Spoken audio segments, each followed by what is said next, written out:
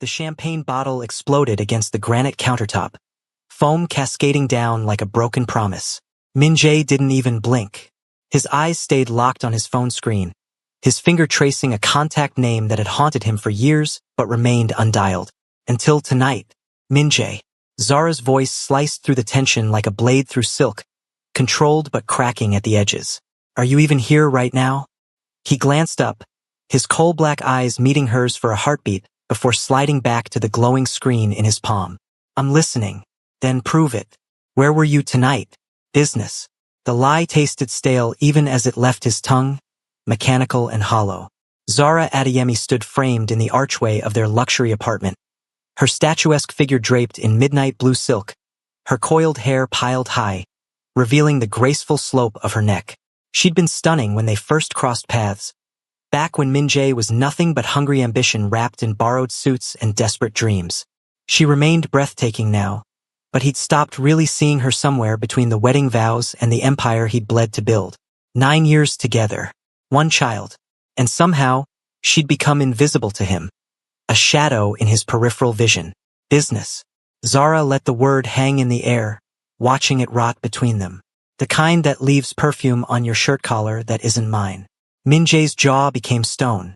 He placed his phone screen down on the counter with the deliberate care of someone defusing a bomb, then finally gave her his full attention. Not tonight, Zara. Not tonight. Her laughter came out sharp and jagged, a sound that could draw blood. Taeyoung waited for you. For hours, Min-jae. For hours at that school gymnasium with his science project on display, scanning every face that walked through those doors, hoping one of them would be yours. I'll make it right. That's your favorite song lately. She moved closer, her footsteps making no sound against the imported marble. He's 7 years old. He shouldn't have to earn scraps of his father's attention like some beggar at a feast. Min-jae's phone vibrated against the counter. The sound was subtle, barely a whisper, but his eyes betrayed him. They flickered toward it with a hunger he couldn't mask, and his entire body language shifted, softening like ice touched by spring sun. Zara saw it all. That look of tenderness, of yearning. She'd seen it before, but never, not once in 9 years, had it been for her. Who is she? The question came out barely above a whisper. Nobody. He snatched his phone and moved toward his office, his fortress of solitude. I have things to handle. Min-jae. His name from her lips sounded like a prayer that had stopped working. The office door clicked shut with a sound that seemed to echo through the entire penthouse, louder somehow than if he'd slammed it with rage.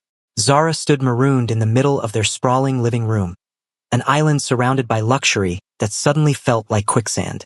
The floor-to-ceiling windows showcased Seoul's neon heartbeat below, every light a testament to the kingdom her husband had carved from violence and will.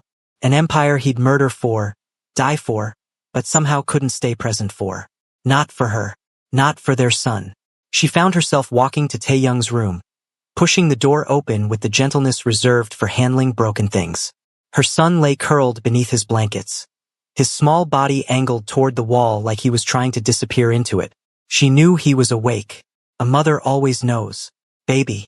She settled onto the edge of his bed, her hand finding his small shoulder.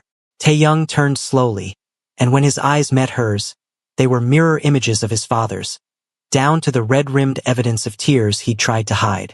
He didn't show up. I know, sweetheart. Something came up at the last minute. Something always comes up. Taeyoung's voice fractured down the middle. He doesn't care about me anymore. That's not true, baby. Then why does he care more about her?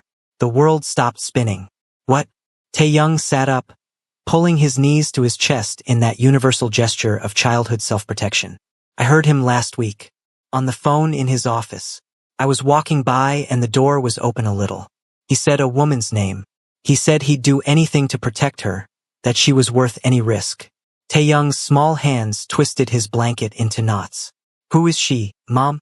Why does Dad love her more than he loves us? Zara felt something fundamental break inside her chest, felt the fracture lines spread like a windshield struck by a stone. She pulled her son into her arms, holding him tight enough to keep both their pieces from scattering. Her mind was a storm. She'd suspected for months, had cataloged the evidence like a detective building a case she didn't want to solve. The phantom hours, the distant stares, The way Min-jae touched his phone like it contained the secrets of the universe. But hearing it from Tae-young's lips, knowing her baby had been carrying this weight alone, made it real in a way her own suspicions never could. Your father loves you. She whispered the words into his hair like an incantation. Never doubt that truth. But even as the words left her mouth, she wondered if love without presence was really love at all, or just another pretty lie adults tell children to help them sleep. Min-jae stood in his office, staring at the message glowing on his screen like a beacon from another lifetime. I need to see you. It's urgent. 7 words from a woman he'd loved in another life. And just like that, his carefully constructed world tilted on its axis. Hae-won, his first love. The girl he'd abandoned when he'd chosen this path. This darkness. This blood-soaked ascent to power. He'd convinced himself that chapter had closed, that marrying Zara had been the right move, the smart play. Zara was strong, unshakable, willing to stand beside him despite the crimson staining his hands. But Hae-won had been sunlight. She'd been music and innocence and everything pure he'd lost the night he'd taken his first life at 19.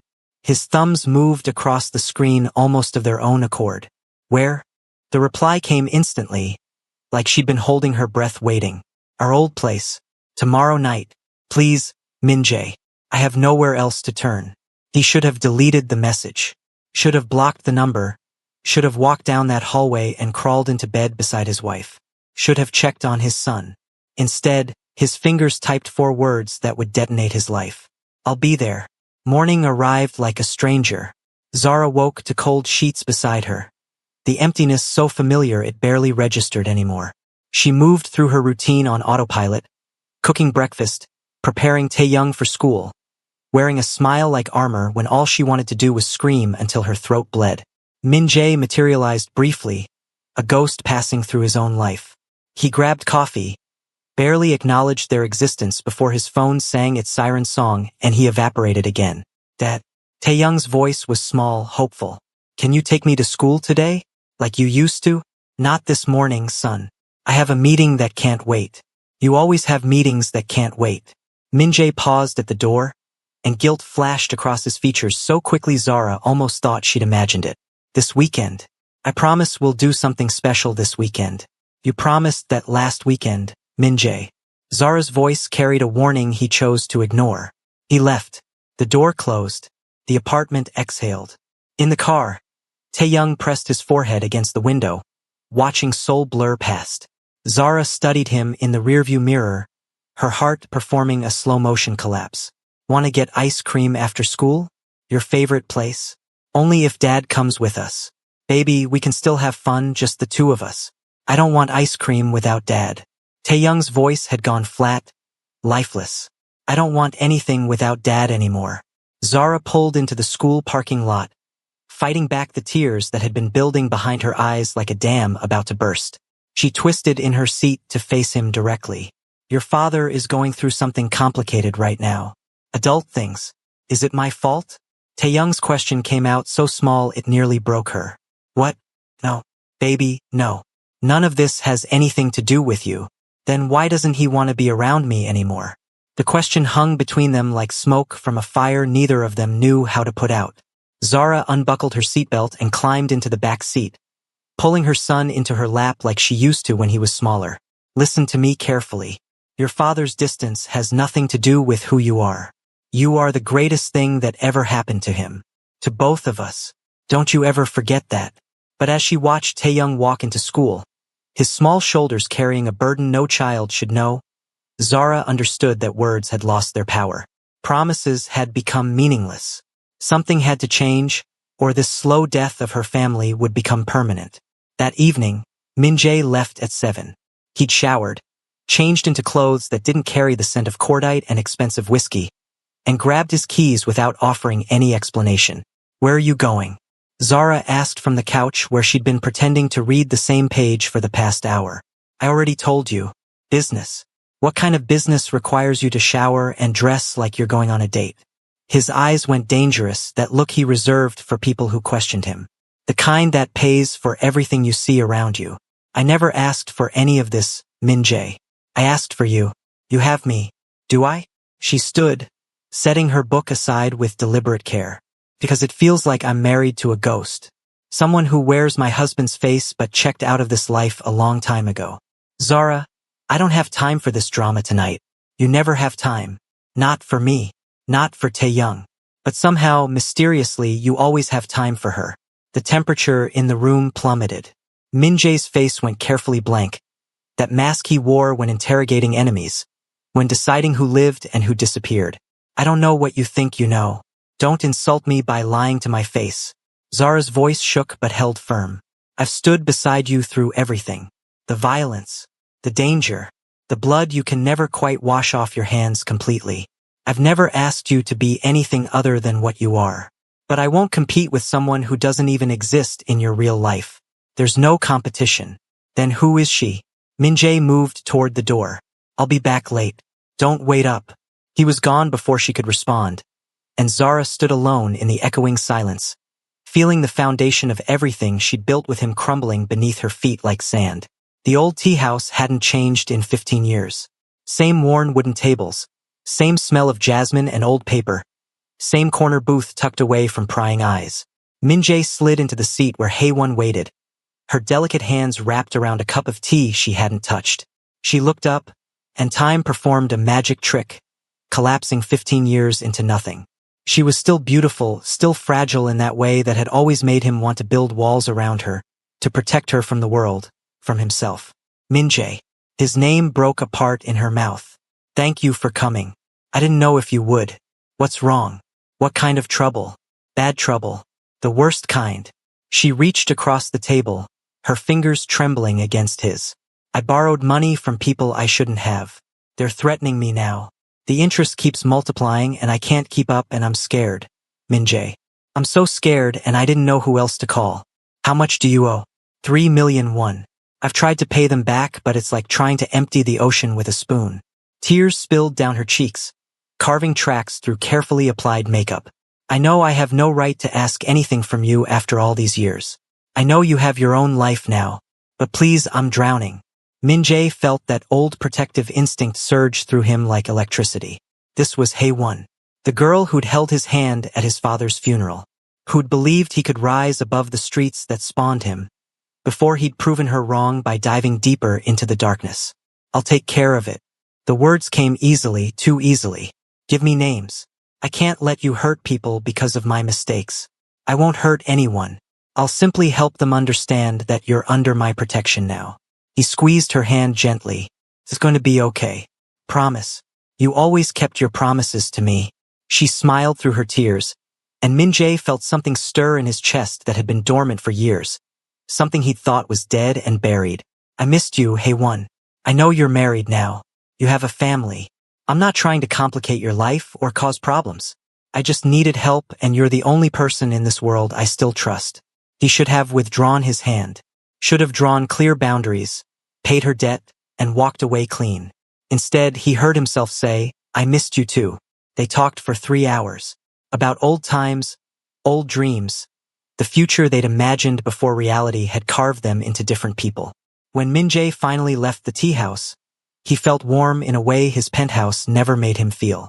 He came home past midnight to find Zara still awake, sitting in the dark living room like a statue in a museum after closing time. Did you sleep with her? Her voice was calm, which somehow made the question more terrifying than if she'd screamed it. No, but you wanted to. Min Jae didn't answer. The silence was confession enough. Who is she, Min Jae? What does she have that I don't? It's not that simple. Then make it simple for me.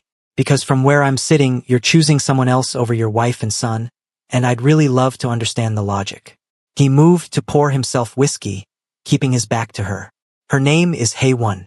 We were together before I entered this life. Before everything became complicated. And now she's back. She needed help. And you went running. Zara stood, moving closer. Did you ever actually love me, Min Jae? Or was I just the convenient choice when you couldn't have her? That's not fair. Nothing about this is fair. Her voice finally rose, years of swallowed frustration erupting.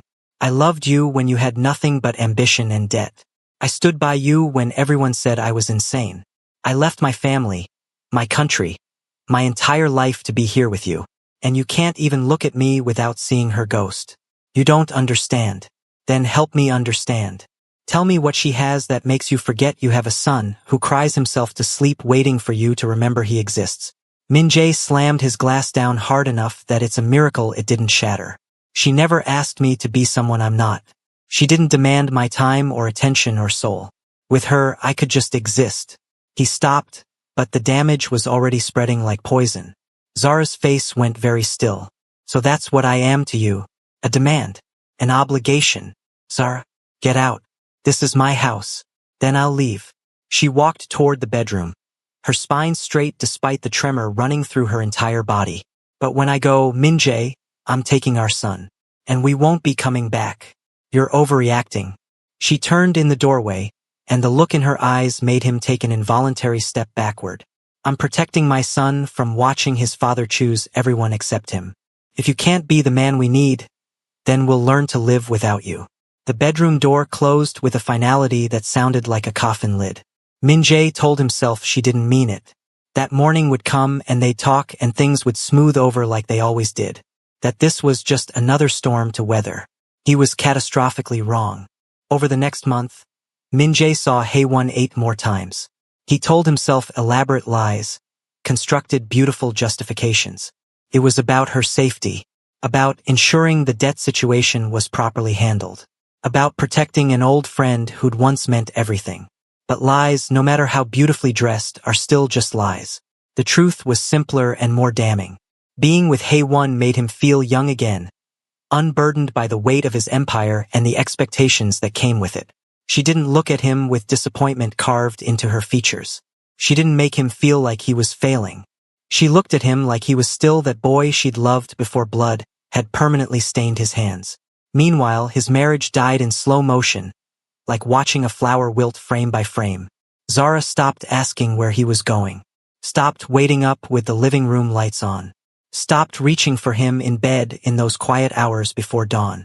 The silence between them grew thick and suffocating. A wall built one brick of resentment at a time. Taeyoung stopped asking when Dad would be home, stopped saving drawings to show him, stopped performing for an audience that never showed up.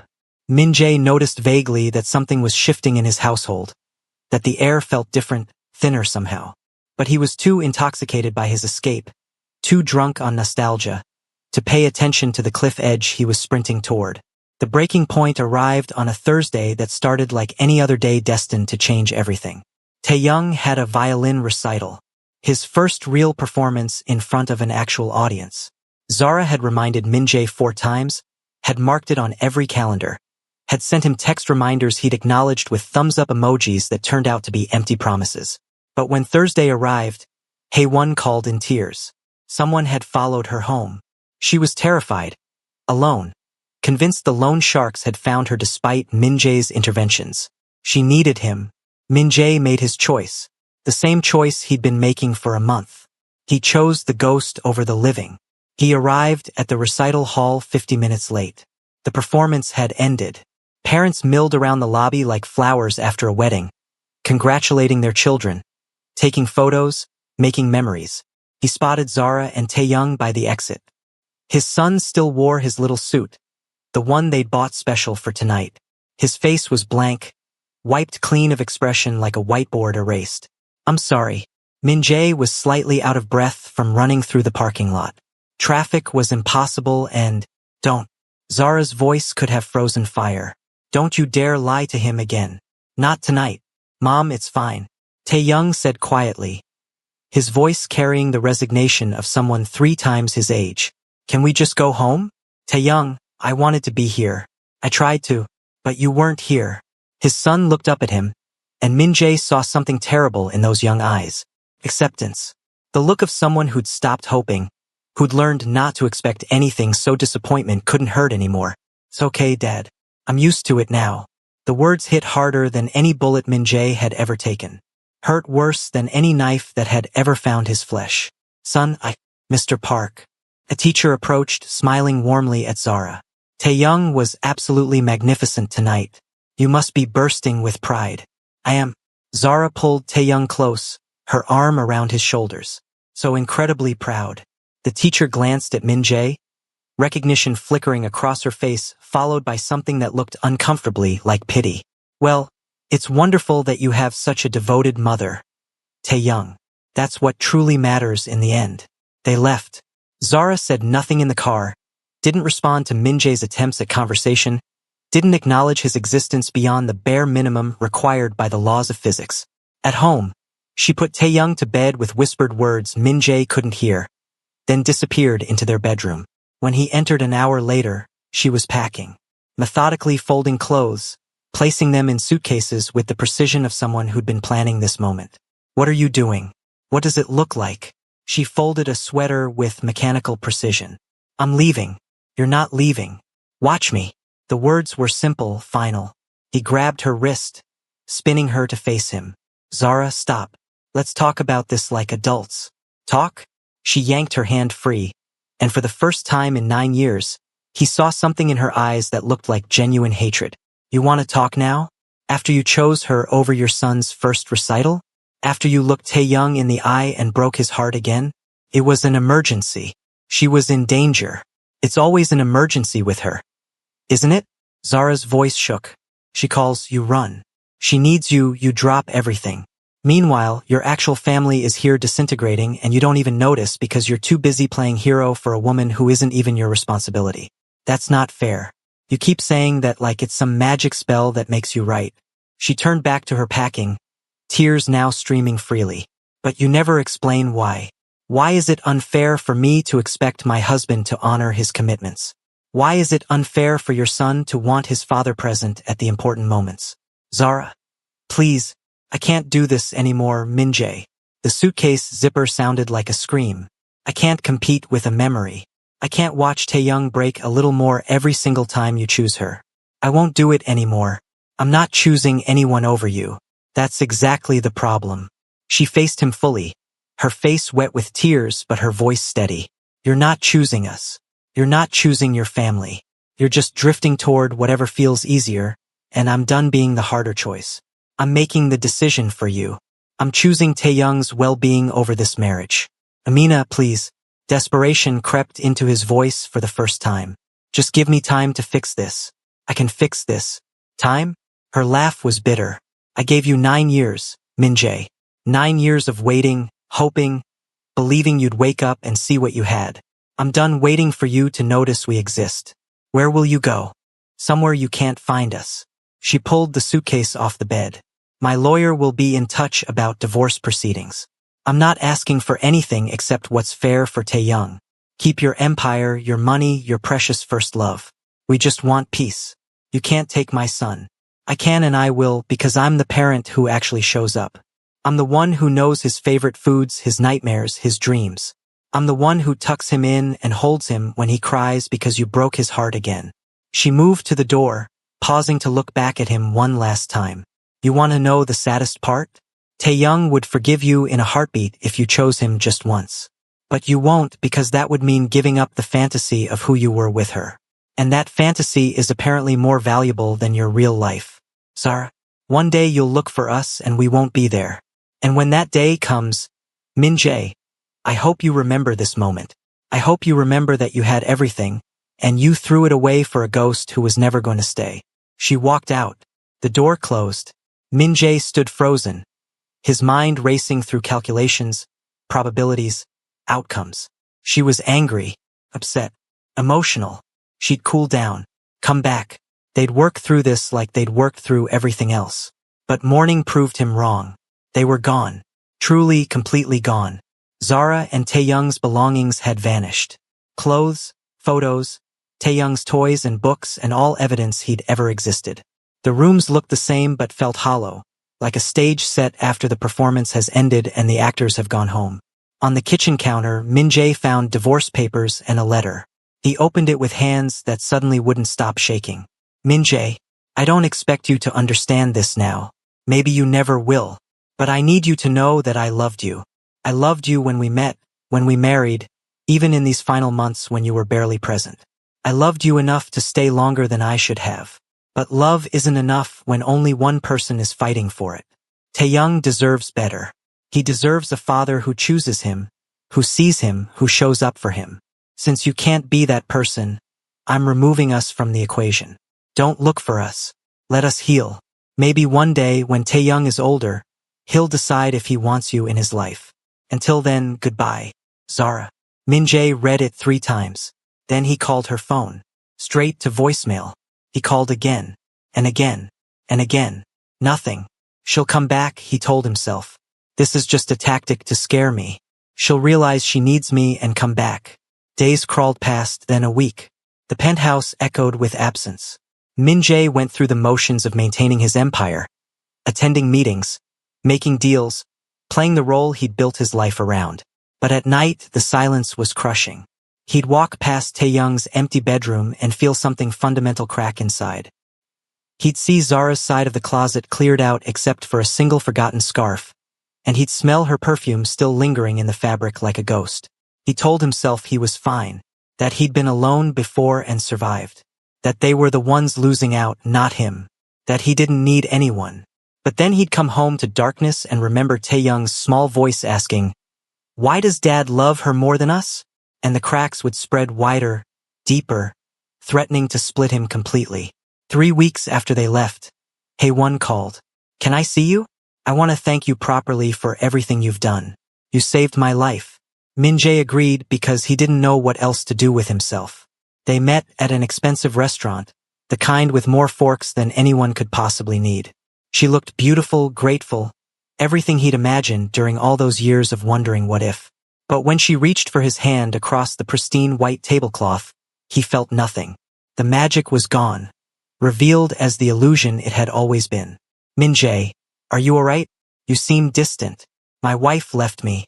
The words came out flat, factual. "Took my son with her."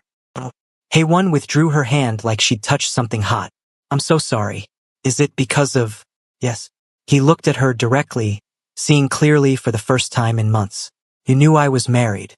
You knew I had a son. But you kept calling, kept needing me, kept pulling me away from them. I needed help. You offered it freely. I did. And I lost everything because of it." He stood, pulling cash from his wallet and dropping it on the table. "Your debt is paid. Your problem is handled. Don't call me again." Min-jae, wait, but he was already walking away, leaving her sitting alone at that table, another ghost fading in his rearview mirror. The empire began to crumble. Slowly at first, then all at once, like a building that looks solid until you realize the foundation has been rotting for years. Without Zara as his anchor, Min-jae made reckless decisions. Trusted the wrong people. Ignored warning signs that would have been obvious if his head had been clear. His second-in-command betrayed him, stealing territory and allies. A rival organization saw the weakness and attacked like sharks scenting blood. Money that should have been laundered properly got seized by authorities. Deals fell through. Alliances crumbled. Min-jae realized too late that Zara had been more than his wife. She'd been his strategist, his conscience, his connection to humanity. The person who'd grounded him when the violence threatened to consume him completely. Without her, he was just another brutal man in a brutal world. And there was always someone more brutal waiting to take what you had. 7 months after they left, Min-jae sat in his penthouse, surrounded by the ruins of everything he'd built. Half his territory was gone. Most of his allies had switched sides or disappeared. The authorities were circling, building cases he didn't have the energy or resources to evade anymore. And he was alone. Completely, devastatingly alone. Haewon had left Seoul 3 months ago, moved to Busan, sent him a brief thank you text, and vanished from his life as quickly as she'd re-entered it. The woman he'd sacrificed everything for hadn't even stayed to watch him fall. Min-jae started searching then. Hired private investigators. Called in favors he couldn't afford to call in. Spent money that should have gone to saving his crumbling empire. Took 9 months, but he finally found them. Zara and Taeyoung were living in a small coastal village 4 hours from Seoul. She'd taken back her maiden name. Found work teaching at a local college. Taeyoung was enrolled in a nearby school, reportedly thriving, making friends, laughing again. They were flourishing without him. The private investigator's report included photos. Taeyoung had grown taller, his face less round, more defined. He was smiling in every picture, his eyes bright with joy Min-jae had never managed to put there. and Zara looked lighter somehow. The tension that had lived in her shoulders for years had dissolved. She looked happy in a way Min-jae couldn't remember ever seeing. They looked happy, complete, like they'd excised a tumor and were finally healing. Min-jae waited another month, gathering his courage piece by piece. Then, on a Saturday morning, he drove to their village, found their apartment building, and sat in his car across the street for 2 hours before they emerged. His son had grown so much. His face had started to lose its childhood roundness, revealing the man he would become.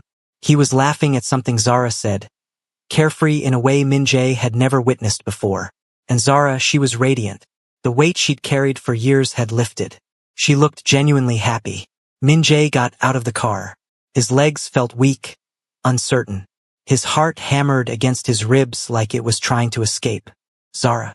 She froze mid-step, turned. The happiness drained from her face like someone had pulled a plug, replaced by something harder, colder. What are you doing here? I needed to see you. Both of you. Tae-young pressed against his mother's side, eyeing Min-jae warily, like a stranger, like a threat. How did you find us? Does it matter? Yes. Her voice was steel wrapped in ice. It matters because I asked you to let us go. I asked for one thing, Min-jae. One thing. And you couldn't even respect that. I know, and I'm sorry. He took a step forward, stopping immediately when Zara instinctively pulled Tae-young closer. I'm sorry for everything. For choosing wrong. For being absent. For taking you both for granted. I was an idiot and I lost everything that mattered. You can't just appear here and expect forgiveness. I'm not asking for anything except a chance to talk. 5 minutes. Please. Zara looked down at Tae-young, who shook his head firmly. I don't want to talk to him, Mom. The words gutted Min-jae, opened him up completely. Son, I'm not your son. Tae-young's voice shook but held steady. You told me once that sons matter to their fathers. But I didn't matter to you. I was never enough. That's not true. Tae-young, you mattered more than anything. Then why did you leave us? Tae-young's voice rose, tears spilling over. Why did you choose her? Why weren't we enough for you? Min-jae fell to his knees on the pavement, not caring who saw, not caring about pride or reputation or anything except this moment. You were enough. You are enough. Min-jae's voice cracked like breaking glass. I was the one who wasn't enough. I was broken and stupid, and I thought. His words dissolved into something between a laugh and a sob.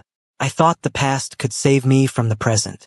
But the only things that mattered were right in front of me, and I was too blind to see them. Min-jae. Zara's voice softened slightly, just a fraction. You can't do this. You can't appear after a year and expect us to fall back into your orbit. I know. I needed you to know that I'm sorry.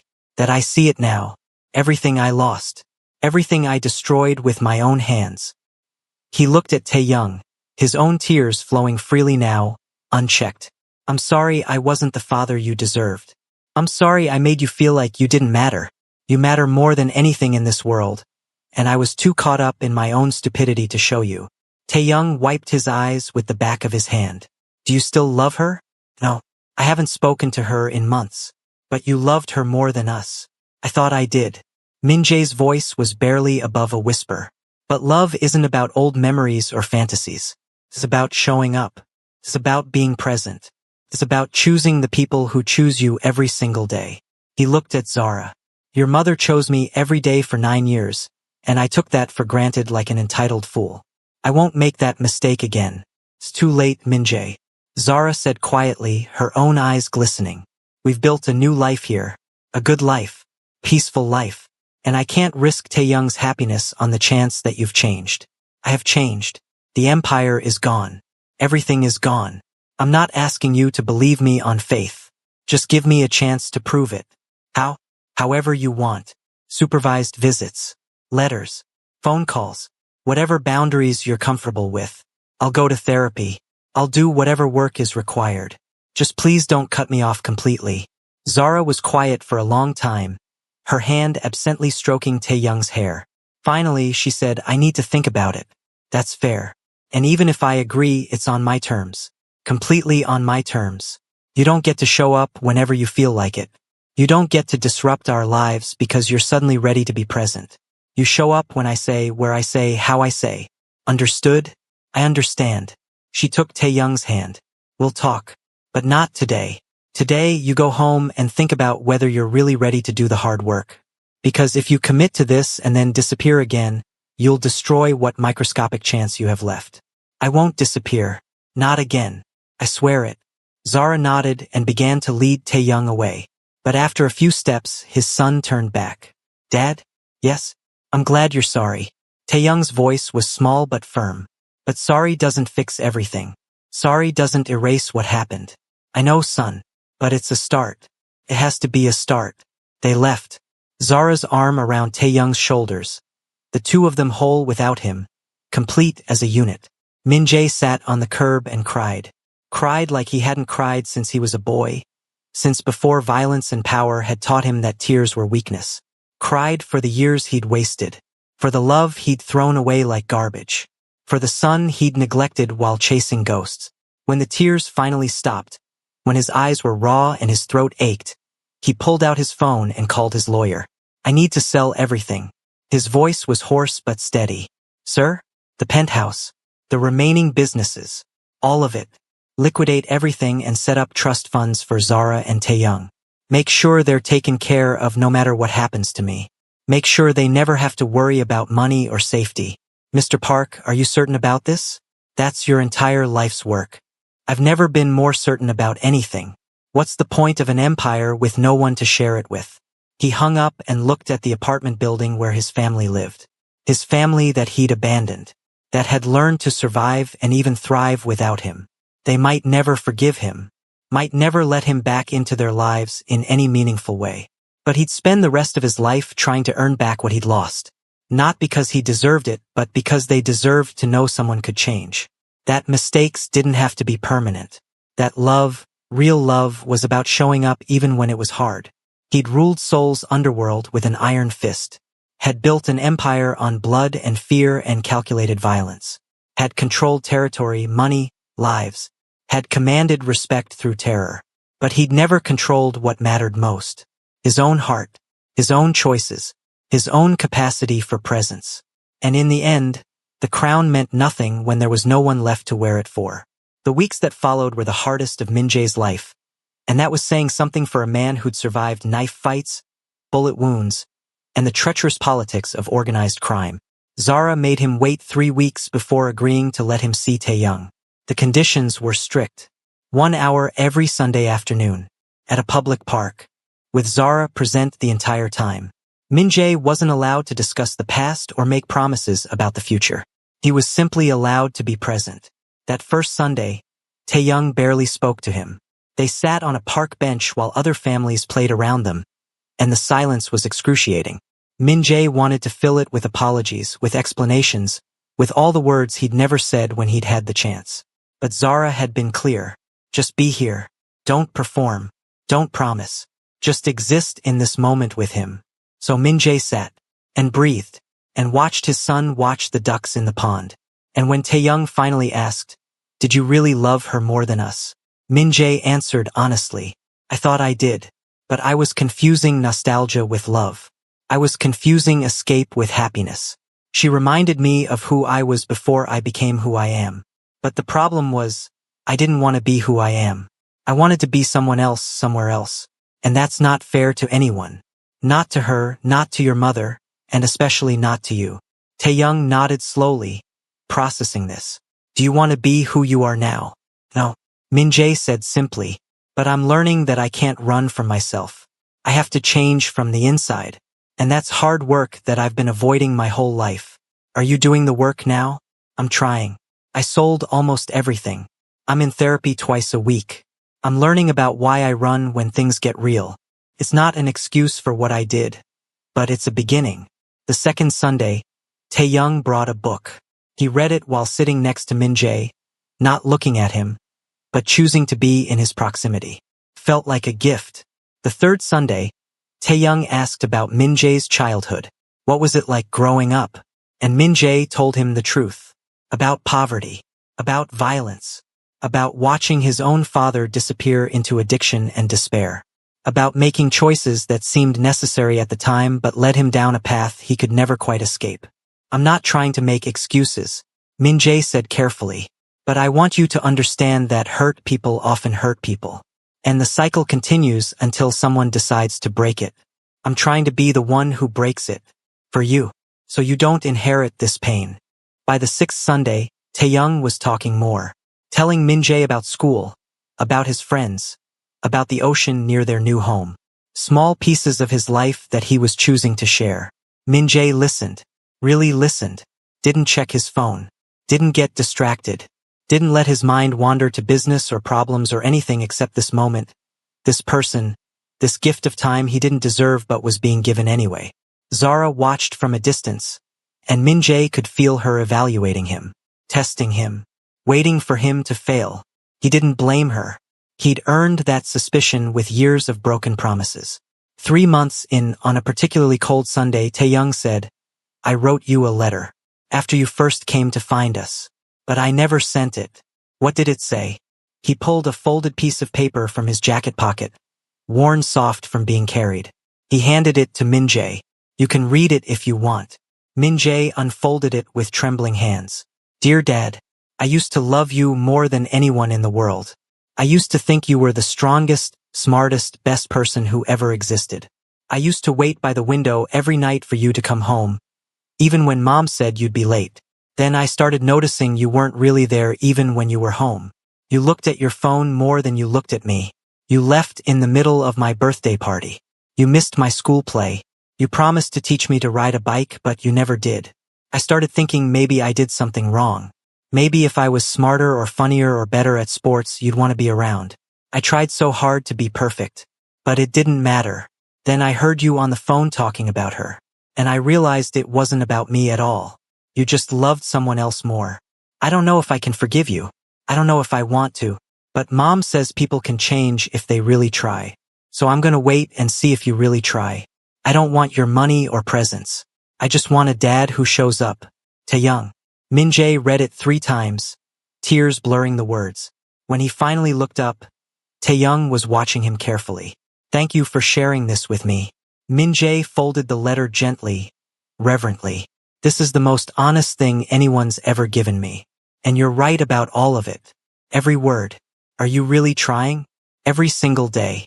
It's the hardest thing I've ever done. And I've done some very hard things. But yes, I'm really trying. Taeyoung nodded. Okay, we'll see. The months continued. Sunday after Sunday. Some good, some awkward, some filled with silence, some with laughter. Slowly, microscopically, trust began to rebuild. Not the blind trust of childhood, but something more mature, more earned, more real. Min-jae learned his son's favorite color had changed from blue to green, that he was scared of thunderstorms but loved rain, that he wanted to be a veterinarian because he loved animals more than people sometimes, that he had a best friend named Ji-hoon who made him laugh, that he missed Seoul sometimes but liked the quiet of their coastal village. All the things a father should know. All the things Min-jae had been too absent to learn. One Sunday, 6 months in, Zara asked to speak with him privately while Taeyoung played on the swings. You've been consistent. She said it like she was surprised. I expected you to give up by now. I deserve that. Yes, you do. She looked at him directly. But I'm also trying to be fair. You've shown up every single Sunday. You've been in therapy. You've sold your businesses. You're trying. I'm trying. Why? What changed? I lost everything. Min-jae said simply. And when everything was gone, I finally saw what actually mattered. It's a terrible way to learn a lesson. But some of us are slow learners. Zara smiled, just slightly. That might be the first genuinely humble thing I've heard you say in 9 years. Losing your family has a way of teaching humility. They watched Taeyoung on the swings, pumping his legs, reaching for the sky. I'm not ready to forgive you yet, Zara said quietly. And I may never be ready to be your wife again. That marriage died, Min-jae. I grieved it. I buried it. I've moved on. I understand. But I can see that Taeyoung needs a father. And you're trying to be one. So I'm willing to let this continue. To let you be part of his life if you stay consistent. If you keep showing up. I will. I swear I will. Don't swear. Just do it. Swearing is cheap. Actions are what matter. You're right. She turned to leave, then paused. Min-jae. Yes?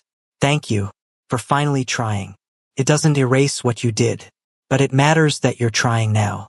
As Zara walked back toward the swings, Min-jae felt something unfamiliar settle in his chest. Not happiness exactly, not redemption, but maybe the very beginning of peace. The sense that while he couldn't undo the past, he might be able to write a different future. A year after that confrontation on the street, Min-jae attended Taeyoung's 8th birthday party. Zara had invited him cautiously with strict ground rules. He wasn't to act like the host, wasn't to give extravagant gifts, wasn't to make the day about him. He brought a simple present, a book about marine biology because Taeyoung had mentioned wanting to learn about whales. He stayed in the background, helping clean up, refilling snacks, being useful without being central. At one point, Taeyoung brought Ji-hoon over to meet him. "This is my dad. He's trying to be better." Such a simple introduction. But it meant everything. "Nice to meet you, sir," Ji-hoon said politely. "Please just Min-jae. And it's nice to meet you too. Taeyoung talks about you all the time." After the party, after the other children had left, Taeyoung approached Min-jae while he was carrying trash to the bins. "Dad? Yes? Thank you for coming. And for not making it weird. Of course. I'm honored I was invited." Taeyoung hesitated, then said, "Maybe next time you could stay for dinner? If Mom says it's okay. I'd like that very much." As Min-jae drove back to his small apartment that night, in the modest neighborhood he now called home, he thought about empires, about power, about all the things he'd once thought mattered. He'd ruled territory with violence, had commanded respect through fear, had built towers of money and influence that touched the sky. But he'd never been as proud as he was today, cleaning up after his son's birthday party, being introduced as the dad who's trying to be better, being invited to maybe stay for dinner next time. The crown had meant nothing, but this microscopic rebuilding of trust, brick by painful brick, this was everything. If you've made it this far, thank you for watching. This story is a reminder that the people who love us through our worst aren't guaranteed to stay forever. Sometimes we lose them. Sometimes we lose ourselves. But sometimes, if we're willing to do the hard work, we can find our way back to what matters. Please subscribe if you want more stories that dig deep into the consequences of our choices. Drop a comment below telling me, have you ever lost something precious because you didn't realize its value until it was gone? And if this story moved you, hit that like button. Your support means everything. Until next time, remember, love ignored becomes love lost, but love pursued with genuine effort might, just might, become love earned.